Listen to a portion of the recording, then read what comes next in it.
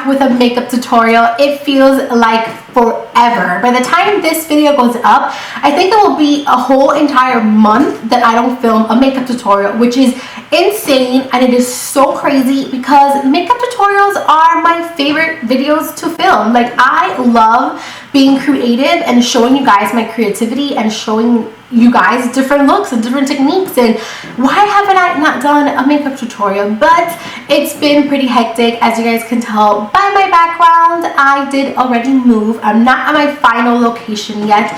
I explained that in my snapshot yesterday. The house that I'm actually moving to is still under construction, so I am here for now, and the background is driving me crazy. Like, I hate the fact that you can see my lights up in the frames, so I have no idea what I'm going to do. I'm going to try to fix it and tweak it. If not, I'm going to have to invest in a glitter background, which I did not want to do because I feel like everyone is doing that, but that's the only option I have. Then that's what I'm going to have to do. But before we get carried away, I will try to fix the background because I want to make it more personal. But anyways, let's talk about today's makeup look. Today's makeup look is fall inspired, of course. I'm wearing the fall colors and the vampy lips. I am so excited for fall. I love fall fashion, fall trends. Even though I'm in Florida, it doesn't really feel like fall to us, but I don't care.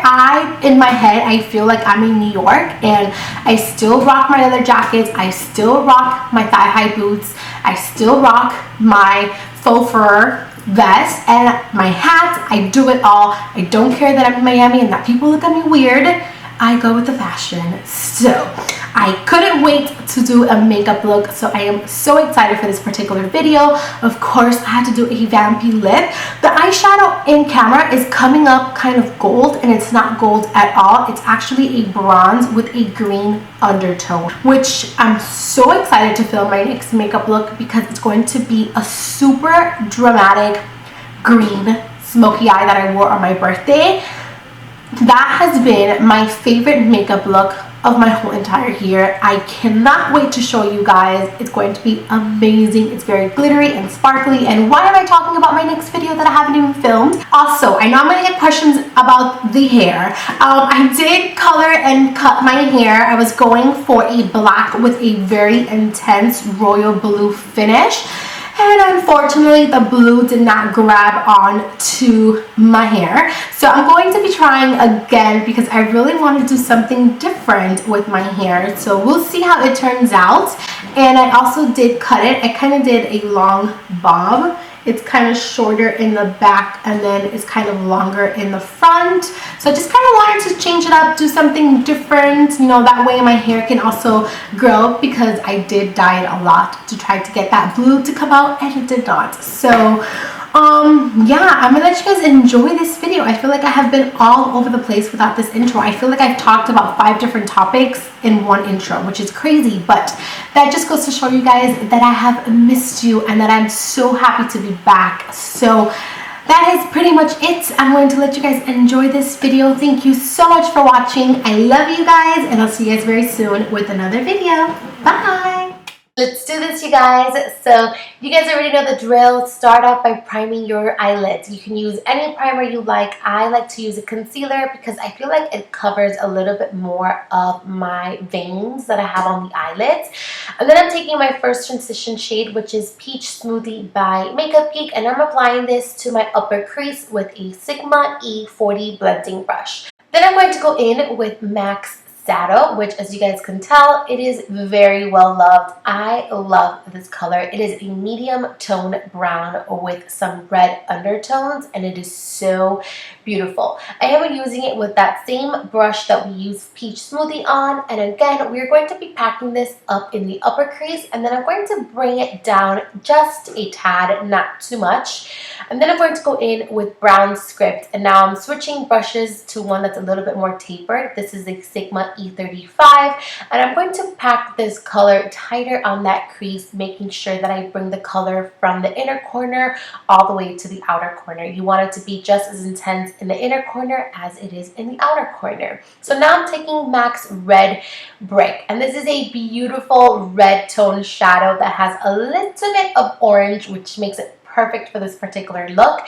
And again, I went in for a smaller brush. I went in with the Sigma E45, and again, I'm taking it from inner corner to outer corner, blending it up in the crease. And then I'm going to go in with that E35 that we used brown script on and just blending everything out together. So I'm going back in with the E40, which is a really big fluffy brush, and a little bit of Desert Sands by Makeup Geek. And this has a mustardy type of finish to it. And I'm applying this up in the upper crease just to kind of blend everything together and to add a little bit of a hint of yellow. So now for the lid color, I am going in with Kat Von D's Metal eyeshadow in the shade Thrasher. This particular eyeshadow is so beautiful because once you look at it, it's not really gold, it's not really green, and then it's not really a bronze. It is so beautiful and so unique. I think the closest thing that I can find to this eyeshadow is called Metallic by Anastasia Beverly Hills that came out in her Shadow Couture palette. But other than that, then I don't own anything similar to this particular shadow. So I'm actually going to be mixing in a little bit of ColourPop's Hammered eyeshadow right on top, just to add a little bit more green and a little bit more bronze. This particular color from ColourPop has a green base, but it also has some gold specks and some bronze specks. So I think it made a beautiful combination. So I'm putting that right on top, and I did use a MAC 242 to apply both of the colors. So I took a makeup wipe just to remove any of the excess fallouts, and then I went in with eyeliner. So for eyeliner, I took, as always, the L'Oreal Gel Liner in Blackest Black, and I did. At first, I wanted to do a pretty simple wing, but I hadn't done a winged liner in a very long time, and you know how that goes. It just gets thicker and thicker and thicker. So I also applied some lashes. I used the Cocoa Lashes in the style Foxy. So I did go ahead and prime my face with the Becca Cosmetics Backlight Primer. This primer is so beautiful. It gives the skin a beautiful glow without looking oily. If you have oily skin and you want a dewy kind of finish, then this is a primer for you. For foundation, I actually used a new foundation that I'm not going to mention which one it is because, to be honest, I absolutely hated it. So we're going to move right along. I went ahead and I did my brows, and then for concealer, I went in with my Kevyn Aucoin Sensual Skin Enhancer in SX05. I applied that to the under eyes with a brush. I also applied some on the chin and on the forehead, and then I went in with a damp beauty blender to blend everything out and to remove any excess. I'm then going to go in with the Cover FX Illuminating Setting Powder, and I'm going to apply this anywhere where I applied that concealer. So I'm taking that same damp sponge and I'm going to apply this under the eyes, chin, and also up in the forehead. I love this particular powder because it does have a luminosity to it, which makes the under eyes look very hydrated and very highlighted. Really, I've been doing a little bit of a different technique when it comes to the under eyes. I actually take that same beauty blender that I use the powder with, I spray a little bit of Fix Plus, and I actually blend the powder into the skin. It makes a huge difference. I tend to have really dry under eyes, and whenever I do this, I don't get any of the little white bumps that I usually used to get because my under eyes were so dry. And then I would go ahead and take a clean brush. This one is the e.l.f. blush brush, and I just wipe off any of the excess powder that I might have on the skin. I am planning to do a updated foundation routine, so I will explain this technique in that video a little bit clearer. To bronze the skin, I actually went in with my NARS Casino Bronzer. And I apply this to the hollows of the cheeks, up in the forehead, around my temples, down my neck, anywhere where I want to bronze the skin. And then I took that same powder we used to set the under eyes, and I applied this under that bronzer just to clean it up. You guys know I have been doing this for forever now. I love this technique because it makes everything really clean. So I'm going to let that sit there for a little while, and I'm going to go in with blush. For blush today, I am using MAC Sun Based. And I love this blush because it's very, very warm. So I'm applying this with a MAC 168 angled brush. Then I'm going to go in with a little bit of Becca's Rose Gold Shimmering Skin Perfector. And I like to apply this right on top of any of my blushes because it gives it a super luminous glow, and I've been really into the dew recently. The dewier I look, the better. It must be because I've been super dry recently. And then for highlight, I'm going in with Becca's Opal, an oldie but still a goodie.